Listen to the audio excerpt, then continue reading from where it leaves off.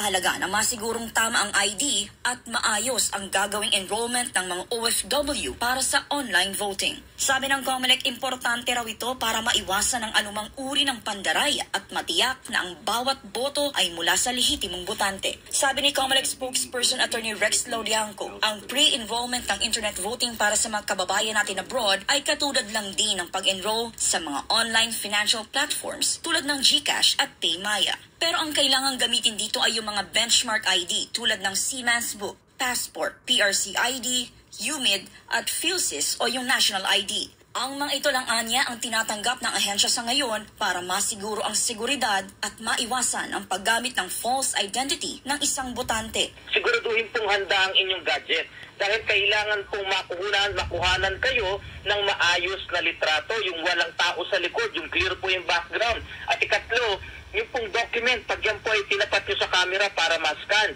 dapat po walang glare, walang shadow para po ma-capture ng ating mga sistema yung information na nandoon sa inyong ID. So yan lamang po yung pakatatagan. Ipinunto rin ni Laudianco ang kahalagahan ng pagiging maingat sa paghawak ng sariling account credentials, lalo na personal na impormasyon ng nakataya rito. Paliwanag pa niya web-based ang sistema ng internet voting ng COMELEC at hindi ito mobile app na basta na lamang ida-download sa App Store. Dahil dito mas flexible ang proseso. Pwedeng gamitin ang kahit na anong device gaya ng cellphone, tablet o laptop mula sa enrollment hanggang sa mismong araw ng botohan. Isa itong hakbang para gawing mas accessible pero ligtas ang pagboto ng mga Pilipino sa ibang bansa. Ligtas kaya? Tama po, kukuhanan ng larawan dahil kailangan ligtas mata ninyo? 64 points ng iyong facial biometrics at higit sa lahat po, yung iyong identification, kailangan ma-scan po yan sa pamamagitan ng camera.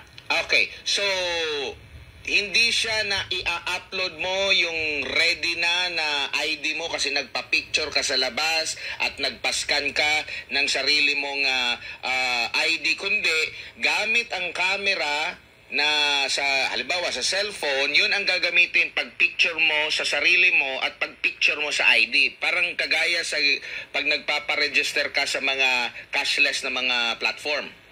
Opo, kailangan live capture po, hindi pwede yung i-upload lang, hindi po tinatanggap at sinadya po namin yan na hindi pwedeng yung uploaded na scan ID. Kailangan po talaga sa pamamagitan ng gadget, live capture po yan, whether yung iyong mukha o yung dokumento. Ayon pa kay Laudianco, may ilang kaso na raw na hindi nakapagpatuloy sa enrollment ang isang overseas voter. Dahil sa Pilipinas ito noong sinubukan itong magparehistro. Zero lock ang tawag dito ng COMELEC system. Ang ibig sabihin, hindi ito kinikilala bilang overseas voter sa loob ng bansa. Kaya naman kinakailangan pa umanong bumalik sa abroad ng OFW para ma-validate ang kanyang status bilang rehistradong botante sa labas ng Pilipinas. Sabi pa niya ang isang simpleng pagkakamaling paulit-ulit na nangyayari. Ang mali paglalagay ng pangalan. Ayon sa kanya, kahit na maliit na detalye gaya ng nawawalang period sa Maria o pagbubuo ng Maria na hindi tugma sa original na rehistro, ay sapat na para hindi tanggapin ng sistema ang aplikasyon. Tingnan nyo? Pinakamadalas. Kahit maliit na mali, hindi na matatanggap? Halimbawa po, nung siya nagparehistro sa amin sa application form, ang kanyang Maria ay MA period. Ngayon, nung siya nag-enroll, binuo niya yung Maria niya o kaya nakalimutan yung period, ay hindi po papasok sa sistema. Sabi ni Laudianco, yan ang pahirap, mga ulul. Bawat detalye mula sa mga dokumento hanggang sa tamang pag-input ng pangalan para mapanatili ang seguridad at integridad ng sistema ng halalan. Para mga ulul. Ginagawa talaga ninyo ang mga pagpapahirap sa mga sa mga overseas Filipino worker. Bakit hindi nyo na lang gagawin yung dati?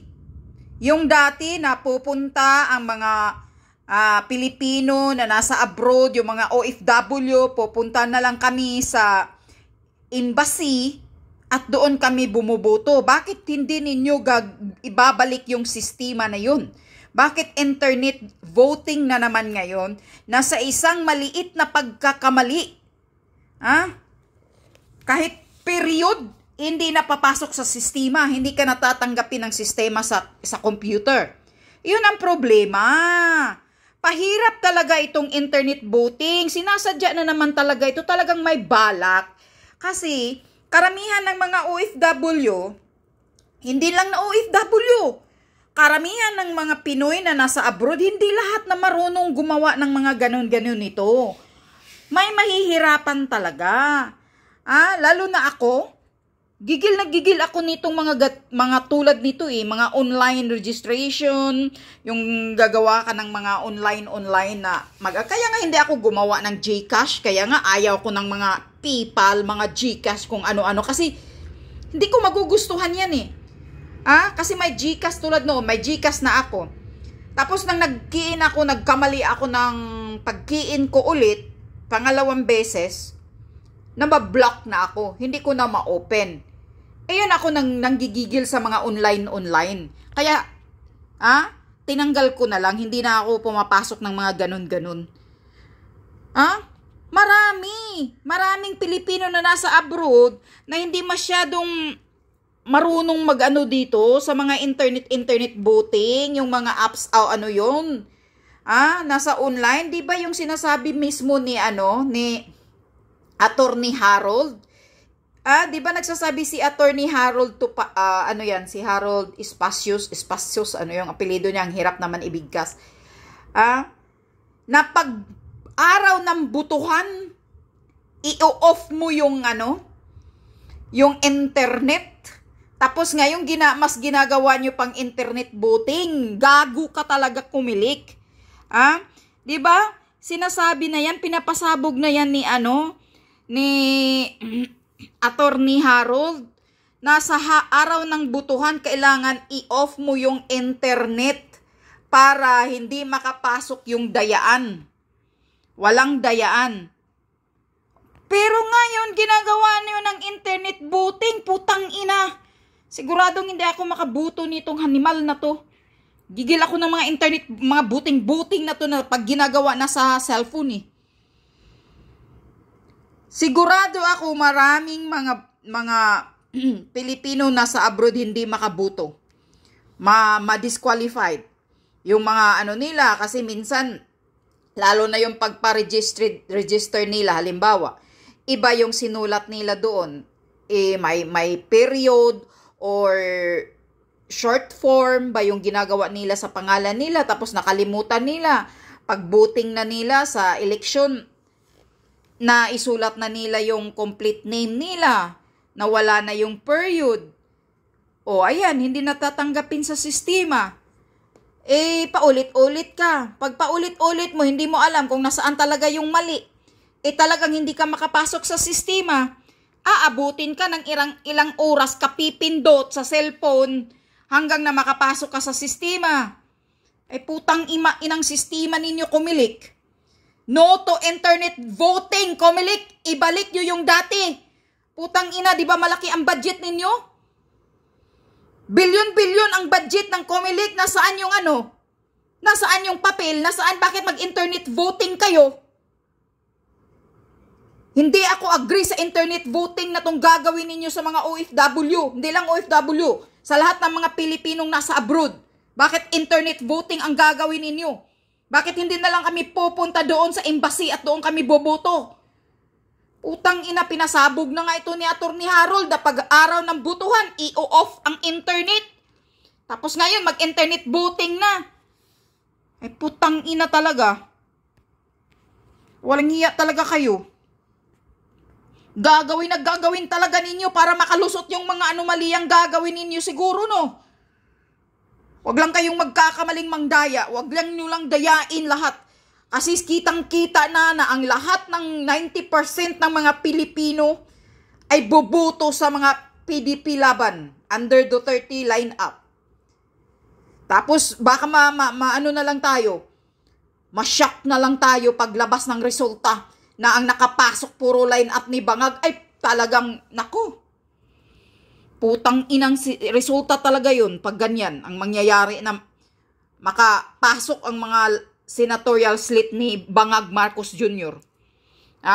Kitang-kita na dito sa rally-rally kung at lahat ng mga 90% na ang nakikita kong mga Pilipino na nasa line-up ng Duterte yan. Boboto yan sa PDP laban. No to internet voting. Comelec. ibalik nyo ang dati. Putang ina kayo kung ano na namang mga pautot. Itong papahirap sa pagbuto ang ginagawa ninyo. Tang ina, marami ang hindi bihasa, marami ang hindi marunong sa cellphone gumagawa. Lalo na yung magpa-picture ka, lalo na yung gumawa ka ng picture, na diretso isubmit mo. Minsan pag mali yung angle, nagawa ko na yun eh. Pag mali yung angle na hindi talaga na center yung mukha mo sa gitna, hindi tatanggapin yun, hindi mag-upload yun. Hindi mag-upload yun. Kaya sa kunting pagkakamali, hindi ka talaga makabuto dito. Talagang pinapahirapan ang mga OFW at saka yung mga Pilipino abroad para marami ang hindi makabuto. Yun. Dahil kunting pagkakamali dito, hindi ka natatanggapin ng sistema. Hindi na mag-upload sa cellphone mo. Katarantaduhan itong internet voting mo. Kumilik George ka, gago. Yawa kayo, puro kayo palit-palit ng sistema. Nanggagaling naman sa inyo ang sistemang dayaan. Putang ina. Sana itong eleksyon na to, wag nyong dadayain. Kung ano tong kabalbalang internet voting ninyo, ibalik nyo sa dati na magpunta lang kami sa embassy at doon kami bubuto. Hayop. Pahirap kayo. Sa mga OFW, putang inang Pilipinas talaga to, pagka-inutil na talaga.